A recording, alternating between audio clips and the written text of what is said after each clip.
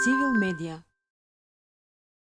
Би сакал на сите да им се обратам со едно големо благодарам од мое лично име и од името на моите другарки и другари од Цивил, сите што 20 години беа заедно со нас и што ја водеа оваа борба и што ќе продолжат да ја водат.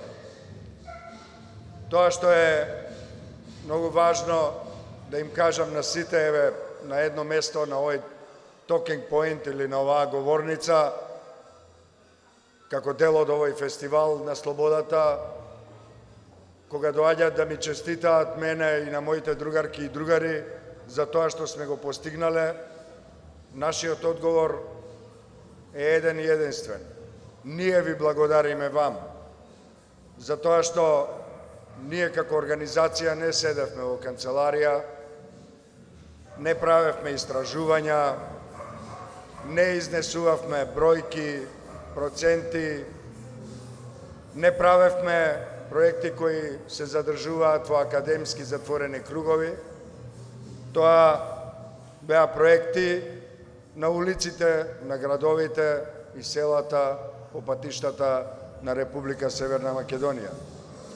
Ние како организација никогаш не се задржавме во рамките на затворени елитни или елитистички кругови, туку бевме со граѓанките и граѓаните на оваа земја и заради тоа благодарноста оди на нивна адреса. Заради тоа, кога ќе кажеме успехот на Цивил, тоа одразмира успехот на секој човек што е на овие фотографии, на тие снимки и многуте што не влегоа во објективот на моите другарки и другари од екипата на Цивил и на Цивил медија како редакција.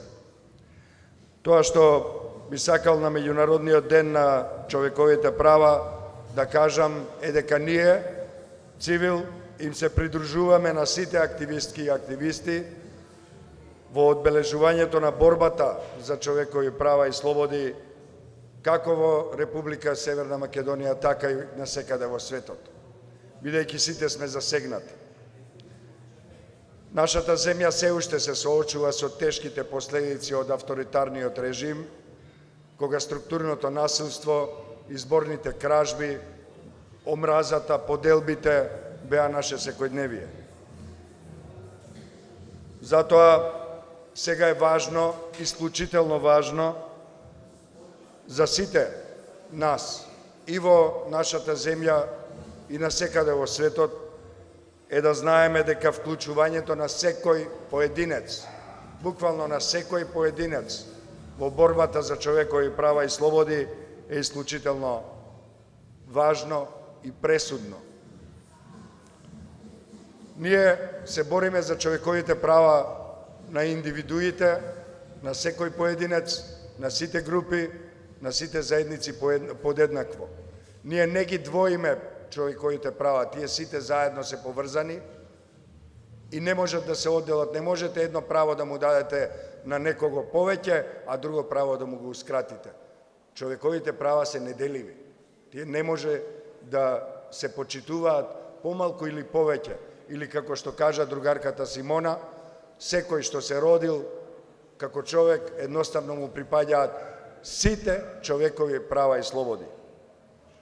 Борбата за човековите права и слободи се одива насекаде, во градинките, во училиштата, во амфитеатрите, во соседствата, во малата, во кафеаните, насекаде, во канцелариите, во фабричките хали, секаде се одвива човековата борба за човекови права и слободи.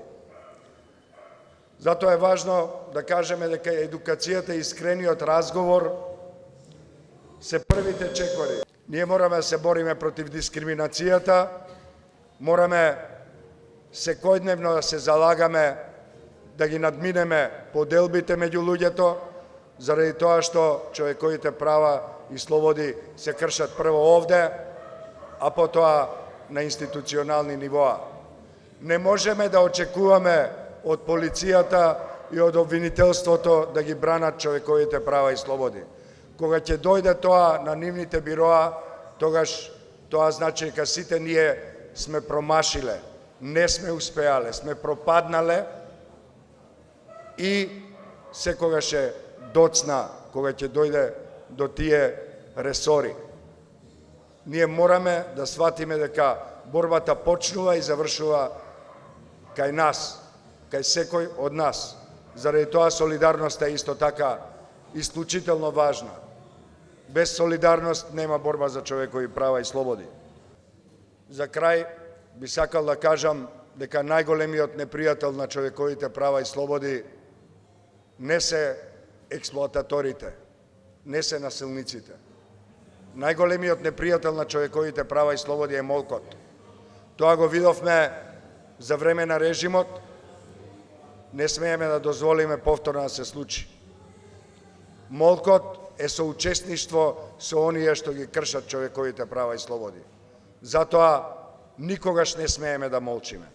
Нека ни е честит денот на човековите права. Ви благодарам.